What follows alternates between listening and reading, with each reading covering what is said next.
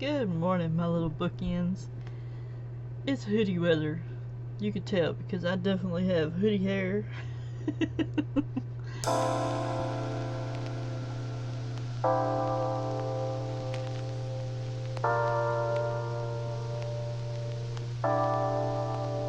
Okay, so we're going into November. Let's do our November TBR. I think I'm gonna make it a thing to start calling y'all my little bookends, because what do bookends do? They hold books. And I think I'm gonna make it a thing to start wearing headbands for each month if I have them. I just think it's just, I don't know, it's just something cute. It could be like a little trademark, and I don't think anybody else does it. Let me know your opinion. I think it's cute.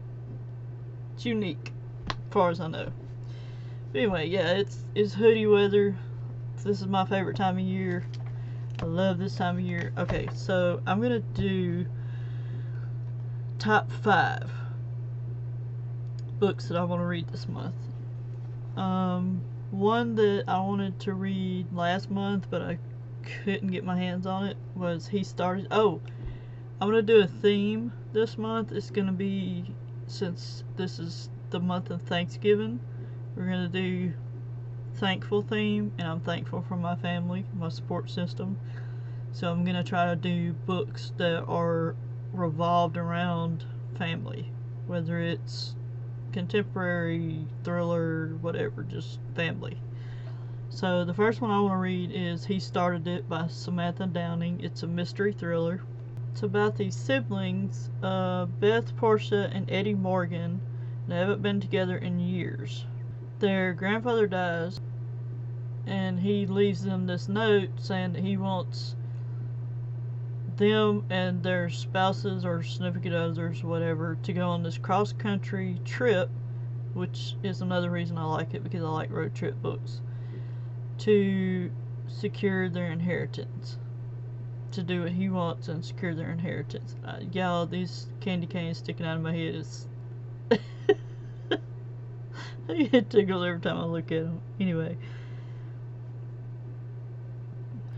the synopsis also says, well, obviously they don't get along. They haven't even talked to each other in years, and now they have to all be crammed in this vehicle together to go cross country, and things are happening. It says it's going to be hard to do when at least one of you is a killer and there's a body in the trunk. That's what the synopsis says, so that should be interesting. Yeah, so, okay. Another one that I've been wanting to read that is family, has something to do with family, is The Vanishing Half by Britt Bennett.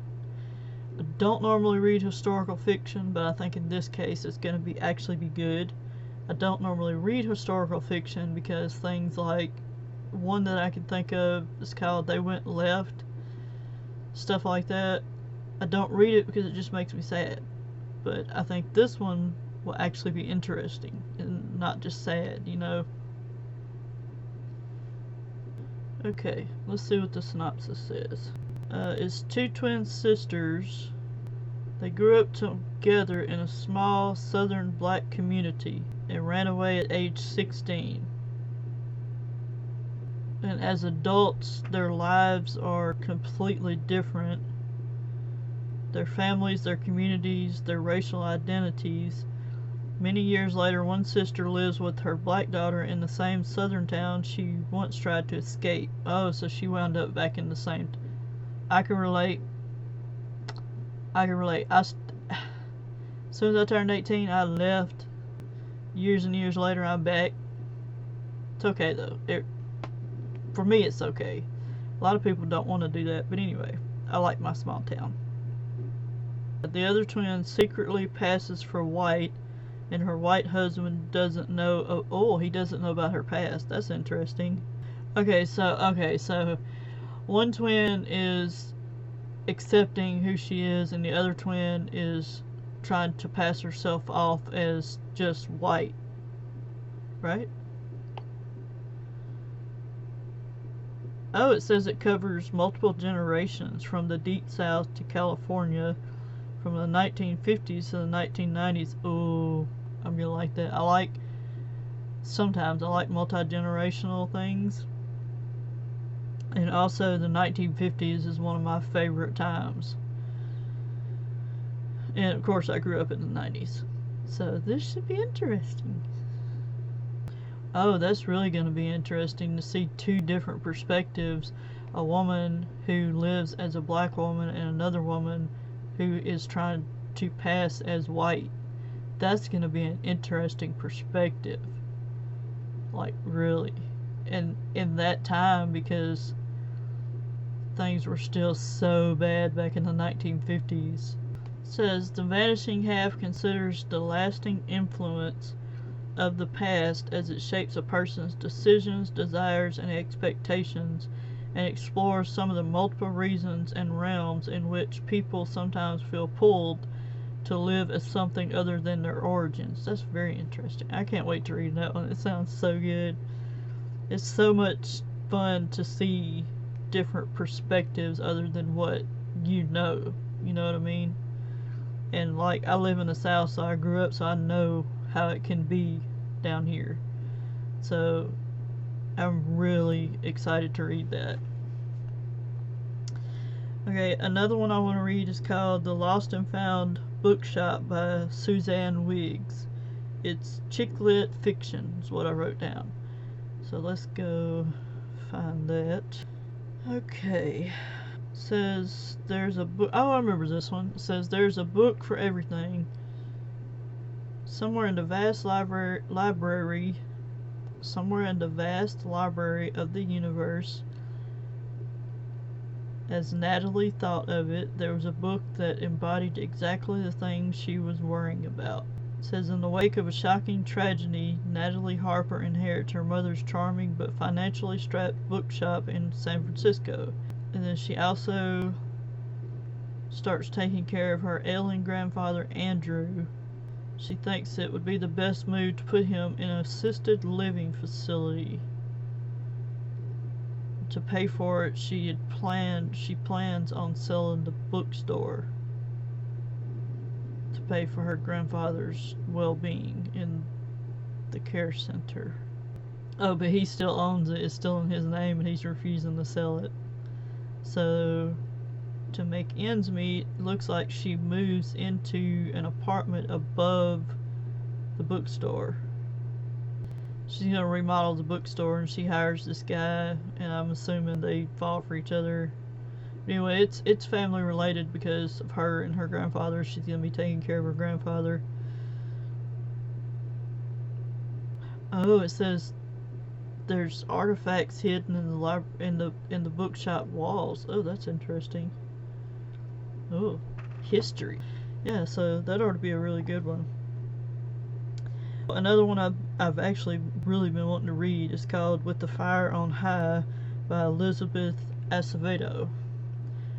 I don't even have to look it up. I know that one is about this young woman that wants to become a chef, but I'm pretty sure she's taking care of either her grandmother or her mother, and she also has a daughter that she has to care for. So it's this young woman who's chasing her dreams. Love a good chasing your dream story. Yes, girl. So I think that it says it's a YA contemporary, but I think that's going to be really interesting because it's just this life struggle of having to take care of your family while also trying to better yourself and follow your dreams. So I want to read that one. Another one I want to read is called American Royals. I've been eyeballing that for a while. I decided now would be a good time because obviously it's about family. It's by Catherine McGee. It's a youth alternate history. I don't think I've ever read an alternate history, so I'm kind of interested to see if it's a genre that I like. Let's go find the synopsis. What is an synopsis? Synopsis. Oh my god. Not enough coffee. I know there's more than one of these, but this one, American Royals, is the first one. So if I can at least get the first one read, then we'll see if I like it. I know the basis of it, but let me read the synopsis. It says, what if America had a royal family? When America won the Revolutionary War, its people offered General George Washington, a crown. Okay, yeah, so instead of offering him to be president, we offered him a crown to be royalty. It's basically about Princess Beatrice and her siblings. I think there's a romance involved too. I'm not gonna read the whole synopsis, but yeah, that's kind of the basis of it. Instead of having presidents, we would have had like one royal family that stayed royal throughout the generations. It's an interesting concept. Like, I have no idea what that would be like, obviously, because we've always had presidents. The way 2020 is going, it might have been better if we had a royal family. I haven't always felt that way, but 2020 is just... it's almost over. I'll be so glad when 2020 is over. Anyway, back to the positive thoughts. So, obviously I'm probably going to read more than those 5, but that's like the 5 main ones that I want to read that are also on my Libby app that I can get to if they're not checked out. So, we'll see how many of those I read, we'll see how many other books I read, because, oh, that's another thing, because obviously I'm going to continue with the Stephanie Plum series on audiobook, and then now I've started the Harry Dresden series. I want to at least read the next book in that, so that'll be 6+ books if I get to read all 5 of these. But that's the only series that I'm wrapped up in right now. I was gonna read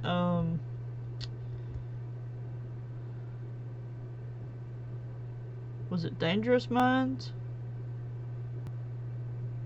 No, anyway, there was another one a series I was gonna start in October, and I actually decided not to because I'm already into 2 different series, and I don't like to have too many series going at once, because then you don't get to read individual books because you're so wrapped up in the series. You know what I'm saying.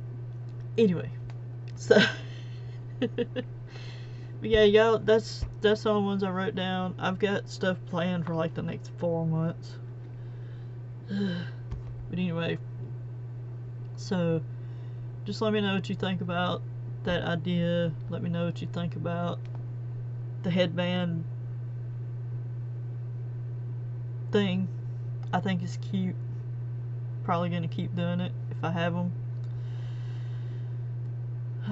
So yeah, just let me know your opinion. Oh, and also the opinion on calling y'all my little bookends, or give me any other ideas and I'll think about it. So far I'm going with bookends. Anyway, that's enough jabbering for now. That's enough rambling for now. I will see you in the next video.